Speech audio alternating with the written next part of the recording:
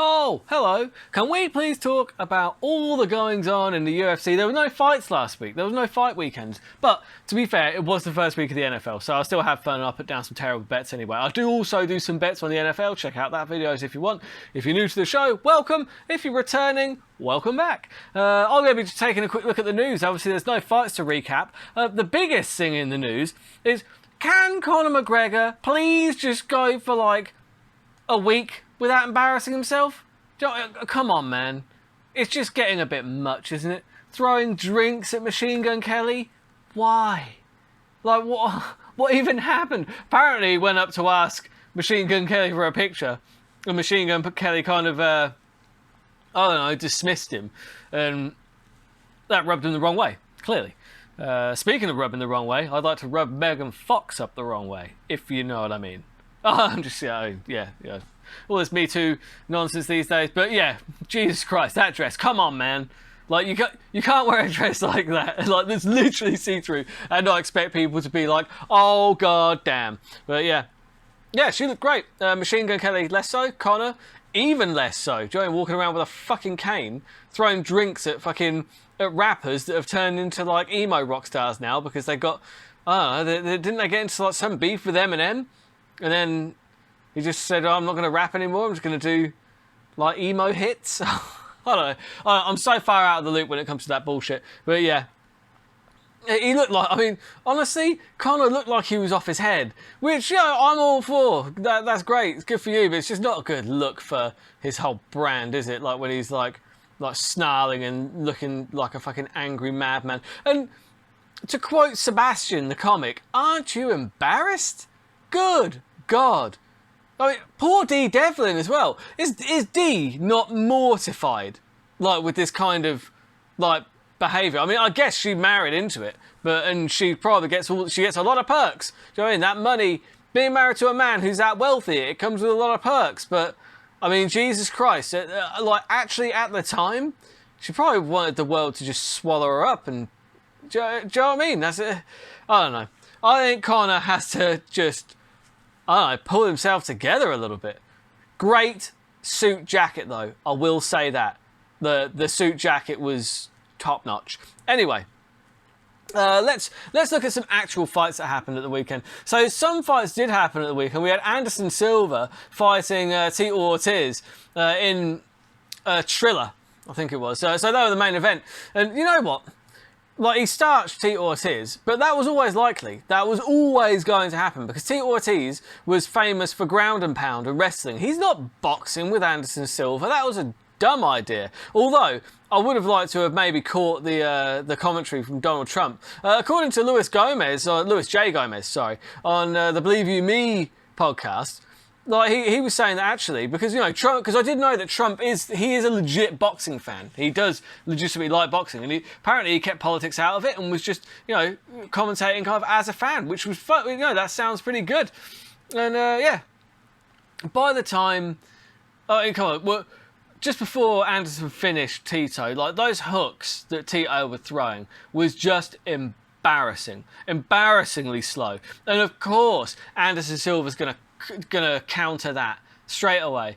And Tito, the problem is not, like, you know, Anderson Silva should fight Jake Paul next. That should be the fight to make. But he probably looked a bit good. I don't think Jake Paul wants to fight anybody that good, if I'm honest. You know, I mean, it's like, Tito Ortiz looked, he was calling out Jake Paul still after the fight. After looking that trash, it's like, God, no, please no. Just no. But yeah, and Vitor Belfort beat Evander Holyfield. And honestly, I did not see that coming. I mean, I might have been blinded by the fact that Evander, he doesn't really look like he's 58. But then it's hard to say. So, you know, he's an athlete. So he looked in decent shape, I thought, anyway. But yeah, then, I mean, Vitor just went forward and just ploughed him. That's what she said. Just absolutely destroyed him. And you know what? That fight probably should, in hindsight is wonderful, but you know what? Evander was on board. He's a former pro boxer. He's a big dude as well, and he looks in shape. So I see why they did commission it, but I also see why people are saying that should never have been commissioned, which is, you know, fair enough. And obviously Vitor Belfort called out the Paul brothers, and so did one of the promoters, one of the Triller owners, bizarrely saying they've got 30 million for Jake Paul to fight Vitor Belfort. To be honest, I think what they should do really is have Jake Paul versus Anderson Silva as the main event, co-main event, Vitor Belfort versus Logan Paul, all Triller, no filler. You know what I mean? That would be amazing. I would actually pay for that. I would pay for the Donald Trump commentary. I would have a lot of beers, and I would enjoy the fuck out of that. I would actually buy that event. Honestly, I would, because that all of a sudden you've got two MMA guys that actually have a chance to beat the Paul brothers. They actually have a chance to do that. So yeah, I would like to see it. I'll pay for it as well. So yeah. Going to be getting to Troll of the Week in just one moment, but first I just want to thank everybody who watches this. Just it does mean the world to me. I'm trying to get as many views as possible, as many listens as possible, and really, it does mean the world to me. If you could do me a favour, and if you enjoy the content, please like and please subscribe and comment as well. Even if you just comment, nice show, thanks, or whatever. Just call me an asshole or whatever. It just helps the algorithms. So please just comment, like, subscribe, share, all that good stuff. If you've got any friends that you think might enjoy the nonsense that spills out of my mouth on a weekly basis, then maybe just let someone know, hey, give this a listen, you might enjoy it. Do you know what I mean? What have they got to lose? 20, 15 minutes of their time? It's nothing. I mean, unless you're terminally ill, in which case, probably do something better with your time. I don't know, but I'll move off that topic.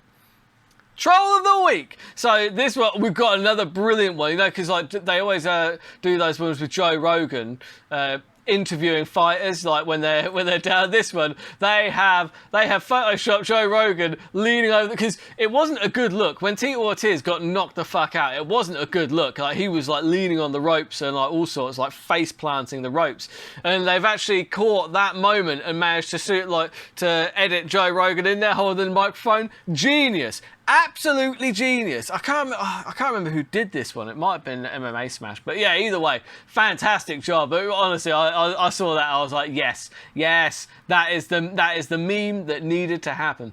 And then we've got there are lots of ones of Tito this week. Tito taking a nap. So you've got Tito just they've taken, because when he fell face down, I knew instantly, as soon as I saw that video, I knew that was going to be meme o'clock. Do you know what I mean? Like, memes everywhere. You could hear the memes stampeding over the horizon. You got another great one here. It's literally, it's nice, it's simple. It's Tito Ortiz laying face down, but it's just face down on a bed. You know what I mean? He's just taking a little nap there.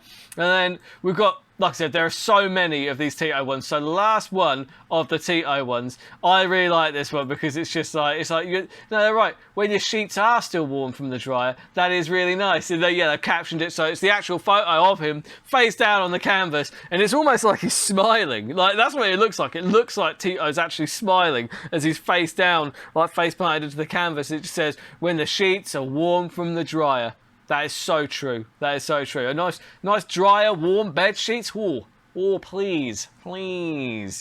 And the last one, this one really made me laugh, because you've got Megan O'Leary sitting there next to Joseph Benavidez, and obviously Benavidez hasn't had the best run of form lately, and obviously we just had that transgender male to female fighter entering into the female division in another organization and winning and looking pretty good. And so it's just when they're talking, it's the standard meme, where the couple's lying in bed, and she's like, I bet he's thinking X, and it's like, and Megan O'Leary's thinking, I bet he's thinking about changing sex and fighting in the women's division. And then you've got like the thought bubble for Joseph Benavidez, and he is thinking exactly that, because they got like that. I don't think that is the real, like, before and after. God, I hope not. Jesus Christ, that should not be allowed. But either way. Oh, poor Joe. I don't know. He does. He's done better than most. He's made a lot of money. And Megan O'Leary, shout out Megan O'Leary. Love her. She is first team all body. She is fantastic. But yeah, anyway.